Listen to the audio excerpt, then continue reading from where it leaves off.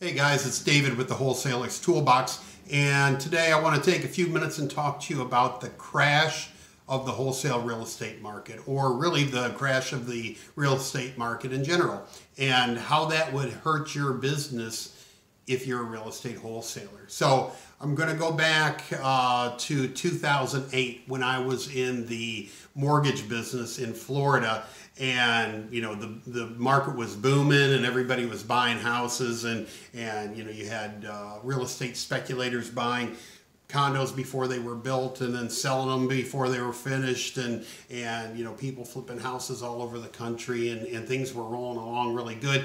And then all of a sudden the market collapsed, and people lost a ton of money. Guys that were fixing and flipping houses were sitting on a lot of inventory. I personally knew developers that were building townhouses in Florida that man, they lost their shirt. They owed the bank millions of dollars, and it was a big mess. So that could happen. The market's been good for a while, and values keep going up, but eventually, like everything, it's going to slow back down. So it's either going to slow down, or it could get to a point where it just crashes again.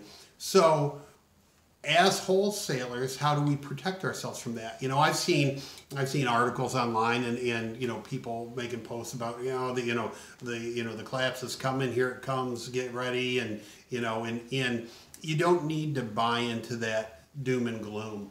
All right. So as wholesalers, we always talk about building our cash buyers list, and the importance of that. So when you're doing that, it's also important what kind of cash buyers you have on your list. Okay, because if you just have investors that are buying houses and fixing them and flipping them, that's all you got. When the market collapses again, or the market drops again, you could be in big trouble. Okay. It is important as real estate wholesalers to have a good list of investors that not only fix and flip, but also buy and hold. Your landlords, the guys that are buying properties, they're buying them cheap, they're buying them wholesale. They put a little bit of money into them, they get them and they put 10 grand into them, painting and putting in new fixtures and doing some things, and then they put a tenant in it and they just keep them that away. That market booms when the real estate market drops. And that's how I got into the business personally. When I was in the mortgage business and it stopped, I was scratching my head. I'm like, what am I going to do now? I couldn't get a mortgage approved. The banks didn't want to approve anybody. They would come up with reasons not to approve deals because they just, they didn't know what was going on. The values were still going down, and they didn't want a loan on the houses.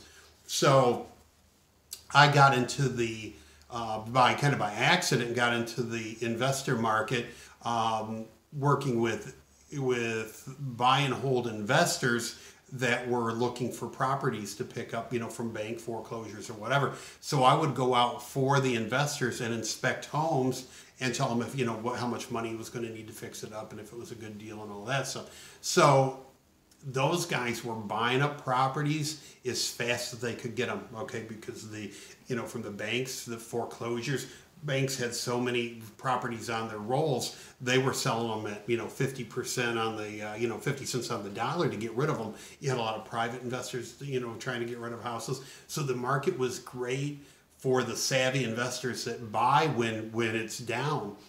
So my point is, if you're building your cash buyers list and you're worried about eventually the market's going to collapse, then it's important to diversify your list and have both kind of buyers on there, so it protects you.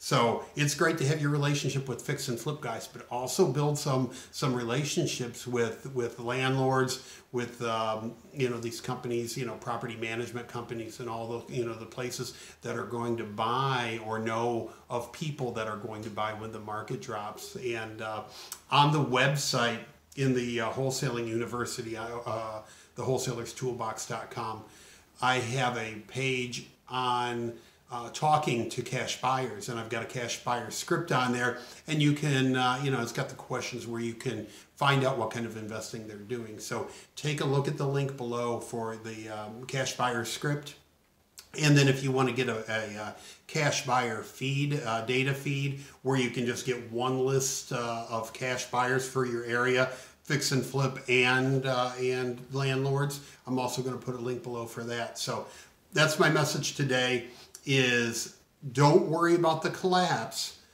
but go and diversify your buyers list so when the time comes, you don't have to worry about it. You've got plenty of buyers on both sides that you can sell properties to. And you know what? When the real estate market drops or another collapse happens, you'll still be making money and you'll be happy and it won't affect you at all. So that's it for today.